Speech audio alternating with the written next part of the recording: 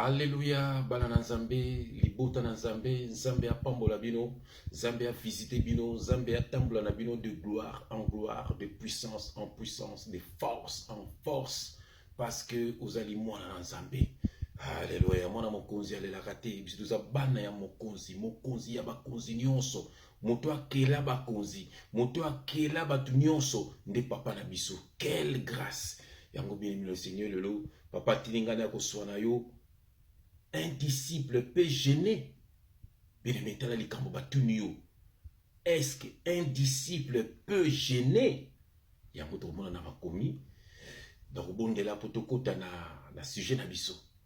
Papa na pamboli kombo na yo, na senyo merci mingi, papa ndenge o lamusi biso na tongo ya lelo, o batela ki biso butu mobimba nzambe, o confondre bango na biso nyonso, pe o pesi biso souffle de vie ce matin papa. Yango po telemisi ngana ya ko teya bandeko na nzambe, balongwa na ignorance, balongwa na organisation d'homme, balongwa papa na esclavagisme papa nanga, bayebaki yo nde olataki nzoto ya moto, pe oyaki ko kambola biso, oyaki ko délivrer biso papa. Merci mingi papa. Le message qui toko yo pesibiso, est-ce qu'un disciple peut gêner? Papa, remplis-moi de ton esprit, papa, pour papa. Que le Saint-Esprit parle pour l'édification de ton peuple. Au nom de Jésus-Christ, j'ai ainsi prié et nous disons Amen. Oh, bien-aimé dans le Seigneur, vous avez montré pour l'élo, vous avez mis en prison. Lelo oza s'esclave appartient à lelo pour que yoka message yoka papa à travers nga asa ko solo na yo. Bien aimé dans le Seigneur, yoka thème. Est-ce qu'un disciple peut gêner? Il y a un truc qui est versé dans le liboso. Nous avons Colossiens chapitre 2 versets 16 à 17. Colossiens chapitre 2 versets 16 à 17. Je lis au nom de notre Seigneur Jésus-Christ. Que personne donc ne vous juge au sujet du manger ou du boire, ou au sujet d'une fête, d'une nouvelle lune, ou des sabbats. C'était l'ombre des choses à venir, mais le corps est en Christ. Oh bien-aimé, est-ce que vous avez un message au Bible que personne ne vous juge, que personne ne vous juge au sujet du manger ou du boire. Oh bien-aimé, bien-aimé, c'était l'ombre des choses à venir, mais le corps est en Christ. Bien-aimé, Yesu ne kulusu abikisaki yo. Yesu aki kolongolo na boumbu bien-aimé. Makambo nyonso ezaki na loi ya Moïse, ezaki coutume ya ba juif. Oh bien-aimé, ezaki coutume na bango. Biso pe na Congo, ba luba bana coutume na bango, ba Swahili bana coutume na bango, ba Congo bazana coutume na bango, ba luba bazana coutume na bango. Donc batu nyonso bazana coutume na bango, batu bandundu batu nyonso bazana coutume na bango bien-aimé dans le Seigneur. Pourquoi bazoko sayo bien-aimé dans le Seigneur? Bible c'était l'ombre des choses à venir. Nous sommes na data ya Moïse bien-aimé. Ezalaki ombre. Ezalaki ombre bien-aimé dans le Seigneur. Ezalaki ombre bien-aimé. Et puis nous surtout loi wana surtout loi ba juif wana nous surtout wana bien-aimé. Na bonzambe dans l'instant soyez économie spirituelle bien-aimé. Yamo Jésus-Christ alobaki, je ne suis pas venu abolir la loi ni les prophètes. Akoki ko contredire loi te, akoki ko contredire ma prophétie. Pourquoi? Abi ils ont parlé que de moi. Oh, je suis venu l'accomplir. Naye koko kisayango, bien-aimé. Oya ndimeli Yesu, bien-aimé. Alongwe na bumbo na nyoso nyoso ne kokisa meliye. Yango na bandela ka toujours moyibi na kurwa. Tango accepter Christ, bien-aimé abikisa maki pe akotaki lola. Moyibi na kurwa wana. Les deux voleurs ont représenté la loi et la grâce. Oh, bien-aimé. La grâce, tango accepter Christ, tu es sauvé. Que personne ne vous juge au sujet du manger. C'était l'ombre. Au sujet du boire. C'était l'ombre. C'était l'ombre des choses à venir, bien-aimé. Mais le corps est en Christ. Ton corps est en Christ. Paul n'a le toujours Christ en moi, l'espérance de la gloire. Bien-aimé dans le Seigneur. Jeune, Esaïe na loi. Jean-Baptiste, ayaki avant Jésus. Batouana tant disciple Jean-Baptiste batuni Jésus. Pourquoi ba disciple no ba jenakate? C'était la loi. Et puis pourquoi ba sukola rappel ma bokoté? C'est bon mon rabino me bandi ba ba bon ba sukola ma boko na matoi makolo. Ils a ba coutume na ba pourquoi yo chrétien ça rango tegas. Pourquoi ça la monte yo chrétien? Biloko nomona bandibu basala kana mona kote azuma nzungu moko boye azuma mbilika aboki na maboko aboki na mutu bashi bando sala monte. Mais ce que yo sala monte Caspar, pourquoi pour Niger? Bien-aimé, tu es dans l'égarement. Tu es dans l'égarement. Yeso le baki na bango bango bazana epu pourquoi bako gêner. Bien-aimé, jeune ezalaki na tango ya loi. Ezalaki na ba coutume na bango. Ezalaki ombre, bien-aimé. Bomoni ke bando liangulu te. Ezalaki ombre. Oma yo mo chrétien lelo oyamba Yesu na bomo no Yesu longolo ba na makama ba coutume ozo bolia ngulu te po na ba shi bando liangulu te. Ozane égarement, bien-aimé. Bien-aimé, ozane égarement. Bien-aimé, okosa no régime, somo koza monene po konda. Ça n'a rien à voir na nzambe. Ok, pas docteur, pour babeto tonga babi uzala engin. C'est normal. Pour ça, mozolia, ni anesthésie, tam soso ekoksa la bienté. Ça n'a rien à voir. Babi mousso bakaranzala, pour bazo revendiquer droit moko politique. Voilà, ça n'a rien à voir, Nanzambe. Ça n'a rien à voir. Bien-aimé, ça n'a rien à voir. Que personne ne vous juge au sujet du manger ou du boire. Bien-aimé, c'était l'ombre des choses à venir. Oh, bien-aimé, na rotanga verset mon na Jean, na Jean awa. Bien-aimé, il faut y avoir la parole de Dieu. Bien-aimé, longo na buumbu. Et puis, au général, quand on se pose à libala, au général, pose à moussala, au général, pose pour voyager, bien-aimé. Si vous et puis, l'on tous un peuple noir, les Africains. Ba noir kaka bazana e baza majorité na makambo yango. Pourquoi? Parce que pays des pauvres mindele be makambo wana te omona ta bandibu barabe bango baza ba africain omona bango pe autant soso baza na période moko boy o babe yango soki baliaka te boy babe yango soki na boso ni kombo babe yango Ramadan babe yango soki Ramadan baliaka te. Mais bien aimé, autour na ye, au lieu de point, alors bon, pour batu baza ba pauvre na mukile, quoi, balia gâté, on se tout ça, pour tout compatir. Mais ça va pas. Mundela sala makambo, te bien aimé, mundele azakutu païen, alta TV na yeka boy. Soit monika ka o UNICEF, o bazana besoin bana moko bon Afrique, bana besoin 1 million. Bien aimé, aga débloquer 50 000 la tindi, aga débloquer 1000 la tindi. Mais ensemble la rana été. Oromoni pe na makambo bino na te. Mutu azoli ate na bezo pese lipa. Yesu azo pesa batu lipa za na bezo te bonga na rolia te ko azoli ate ngape na rolia te. Oh.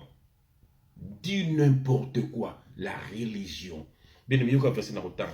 Na za na Jean 6 verset 63. Yoko to rotanga na Jean 6 verset 63. Jean 6 verset 63, je lis au nom de Jésus-Christ. Jean 6 verset 63. Yoka. C'est l'esprit qui vivifie. La chair ne sert à rien. Les paroles que je vous ai dites sont esprit et vie. Bien-aimé, c'est l'esprit qui vivifie. La chair ne sert à rien. Les paroles que je vous ai dites sont esprit et vie. Le banzambe ezamusumite zamulimo. Yangwa lobaki, les vrais adorateurs adoreront le Père en esprit et en vérité. Bien-aimé, lungwa na organisation d'hommes. Lungwa na makambu na esclavagisme ya noir. Ti le homme noir azaneka esclave. C'est comme moninga ndekone moko noir akangi pe esclave. Bien aimé buza na kati ya libulu Yesu sa bimisa biso na makambu wana. Mais yoka kutu Esaïe lobaki hein. Yoka Esaïe kutu parce que toute la Bible parle que de Jésus. Yoka kutu avant Jésus ya makambu Esaïe asa nzamba lobaki na monoko ya Esaïe. Bien aimé yoka. Yoka makambu déjà elobama ki na monoko ya Esaïe na Esaïe 58. Yoka na Esaïe 58 na kena na verset 6. Je lis au nom de Jésus-Christ. Bien-aimé Yoka. Voici le jeûne auquel je prends plaisir. Voilà. Yoka jeûne onzamalingaka. Yoka. Détache les chaînes de la méchanceté. Tika ki mote mamabe. Yoka. Dénoue les liens de la servitude. Renvoie libre les opprimés. Renvoie libre les opprimés. Batou yo opprimé. Batou kangana mote mano. Batou lingagate. Fungola mote mana yo bien-aimé dans le Seigneur. Voilà. Et que l'on rompe toute espèce de joug. Partage ton pain avec celui qui a faim et fais entrer dans ta maison le malheureux sans asile. Si tu vois un homme nu, couvre-le et ne te détourne pas de ton semblable. Alors ta lumière poindra comme de l'aurore et ta guérison germera promptement. ta justice marchera devant toi et la gloire de l'Éternel t'accompagnera. Voilà. Oyoki na Isaïe mambaloba qui déjà bien aimé abi tala geno nzamazo bana moloko Isaïe ba geno wana yangote tala geno ngana lingaka bien aimé nzambe aitizaka langage na biso mais le bakamaka mo biso le bakate Dieu est esprit makama nzambe faut même on a spiritualité. Nzambe tanga zolo ba gêne eza gêne yozo salate tanga zolo ba pain eza pain te na église basomba mapa ba lesibino tanga bi abi 20 eza 20 te basomba 20 pa muto mukili asali ba ko sebino makila na Jésus Christ. Bien aimé makama nzambe c'est spirituel. Bien aimé gêne ya solo eza kolinga batu kosalisa batu muto azangi ata chemise opesier muto azangi ata kolia opesier c'est comme ça côté ya batu ndenge na côté ya bino babi le vrai gêne yango donc sacrifice yango nzambe azosenga motema malamu voilà ndenge lobaka loboko zo mona kufa kata yango muto aza muto mabe pona yo zano musika po kokuisa yo voilà ko dénoncer bato mabe po bato bakabwana na bango c'est ça le vrai gêne. Bien aimé bima na kat na ba organisation donc ba kosa kabino tango Jésus alobaki na ba disciple na ye c'est ba démon o aboyi ba kenaka na ba jeûne na ba prière c'était encore dans la loi. Jésus agna kenaki ne kulusute après la croix de Paul a dit nous prêchons Christ crucifié après la croix. Oh bien-aimé le Seigneur. Dans le verset Moussousou, dans Jean 14, verset 6, pour comment commencer na souka, parce que ça a exhortation, biso to sala rabino. Jean 14, verset 6, yo que logo Jésus qui s'asoloba. Je lis au nom de Jésus-Christ. Jésus lui dit, je suis le chemin, la vie et la vérité. Nul ne vient au Père que par moi. C'est Jésus qui est la vie, bien-aimé. C'est Jésus qui est la vérité, bien-aimé. Oh, c'est Jésus qui est le chemin. Nzele ensemble ninga lobaka eza nzele église bâtiment na binoté. Nzele ensemble eza adresse ya kata pasteur na binoté. Nzela ya Yesu eza ko kabwana na mabe bien-aimé. Eza ko kabwana mabe ko yamba Yesu na bomoi na yo ko tika mabe ko tambola ka mwana nzambe. Avant là lo sambeli na tongo sambelo tiki jono na maboko nzambe benemo kabona bato mabe benemo ko tambola na Yesu. Dieu est esprit a ko visiter yo. Comment on appelle vie changer. Otiki nyo susu sa lokuma nzambe te na bomoi na yo. Et là te vino changer. Tika choko bien aimé. Ezali séduction. C'est esprit à mami wata. Tika ba grimace ba bout. Eza esprit à mami wata. Na lutte que moi sous zaka non moi ça s'appelle moi le comment blanc mato oui mais extravagance et l'écaté bibezo pe que ça tout excité. Excès, nous avons excès. Moi, nous avons ba beauté, ba piercing, poudre, rouge à lèvres. Tu es comme mami wata, moi, mon bali pour comme moi aussi. Non, non, non, non, non. Bien aimé, moi, nous sommes simple. Bien aimé, c'est un zamapi. Je reflète la gloire de Dieu. Bien aimé, Satan zotalayo. Amonaka Yesu. Bien aimé, t'as la virgin. Jésus dans la vérité. Jésus, à lui vous connaîtrez la vérité et la vérité vous en franchira, la vérité vous rendra libre. Mais il faut qu'on soit libre.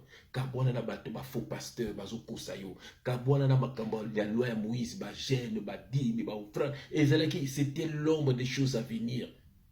Que personne ne vous juge au sujet du manger, du boire. Ça ne veut pas pékisine makambo ko mela masangala ko mela ko langwa nzamba boyi. Nzamba boyi excès. Yo mwana nzambe soko zui bouteille à prémisse 4, 5, 6 té okoma mulimo satana.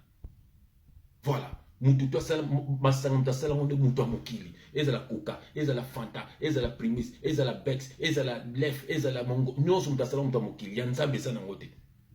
Ya nzambe zate ba kosote. Soki santé ne lingara masanga te komelaka te. Voilà. Soko melaka no verre moko eza lisumu te bien aimé. Mais si on a 4 bouteilles, 5 bouteilles, 2 bouteilles, ils ont les sous. Au moins, on a bien le langue qui a le mot de bilamba, na banane baboni bulumbu na. Bien aimé. Ataba koka ba fanta, so ko melango mingi za mabe ko za diabète. Tout excès nuit, ata ko lia au lieu so toni mozo bakisa kaka, on ndoko kufa lobi, ils ont péché. Mon nzambe, azalaka simple, atambolaka calme. Et puis, nous sommes dans masanga, nous avons tout essayé de faire un pour Satan pour profiter pas plus de malades pour Koufa. Bien aimé, jeunes, ils allaient dans le Kamanzalate. Jeunes, ya solo, ils allaient au temple de Yesu Alingi. dans autant à verset à souka aussi c'est long la mission de l'eau dans ça Jean et acte dans quel acte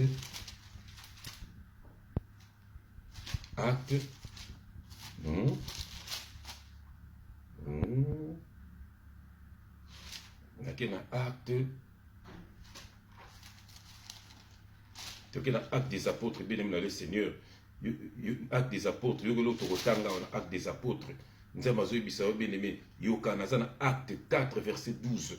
Je lis au nom de Jésus-Christ, bien aimé Yoka, il n'y a de salut en aucun autre, car il y a sous le ciel aucun autre nom qui a été donné parmi les hommes pour être, par laquelle, hein, Yoka, il n'y a de salut en aucun autre, car il n'y a sous le ciel aucun autre nom qui a été donné parmi les hommes par lesquels nous devions être sauvés.